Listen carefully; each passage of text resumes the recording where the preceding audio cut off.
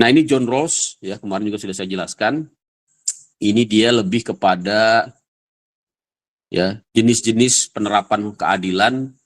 Kalau dapat saya sampaikan ini di dalam apa? Di dalam ranah hukum privat ya, atau ranah hukum perdata ya, hukum perdagangan.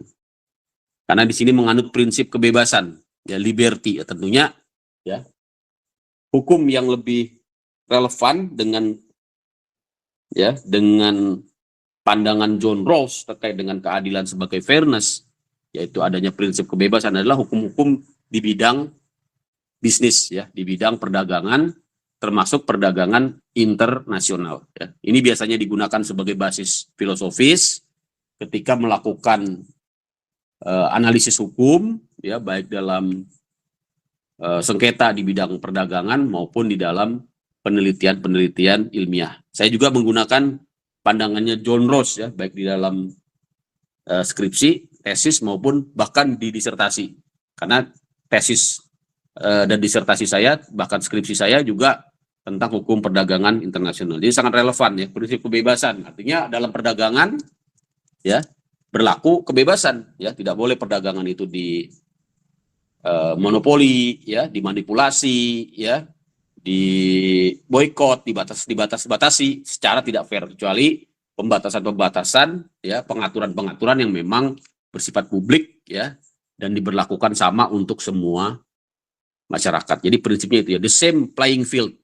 Nah, tapi prinsip kebebasan ini pun ada batasnya ya, karena di samping prinsip kebebasan ada yang namanya prinsip ketidaksamaan atau different principle. Apa sih different principle ini? Jadi berbeda dengan tadi prinsip kebebasan, justru di prinsip different principle ini, di mana ketika terjadi situasi perbedaan ya, baik sosial maupun ekonomi, maka harus diberikan aturan sedemikian rupa sehingga dapat tercipta suasana yang paling menguntungkan masyarakat yang paling lemah. Jadi di dalam perdagangan, sebenarnya tidak hanya dalam perdagangan ya, di semua hal ya, hukum ini ya dalam mewujudkan keadilan harus berpihak kepada yang lemah ya, harus berpihak kepada yang dirugikan, harus berpihak kepada pihak yang harus dibantu gitu ya rekan-rekan ya. Jadi tidak bisa dibebaskan begitu saja, tidak bisa. Harus ada tangan-tangan penguasa ya, tangan-tangan keadilan yang bisa menyamakan ya level playing field-nya ya, di dalam perdagangan misalnya ya, ataupun di dalam hal-hal yang lain, bidang-bidang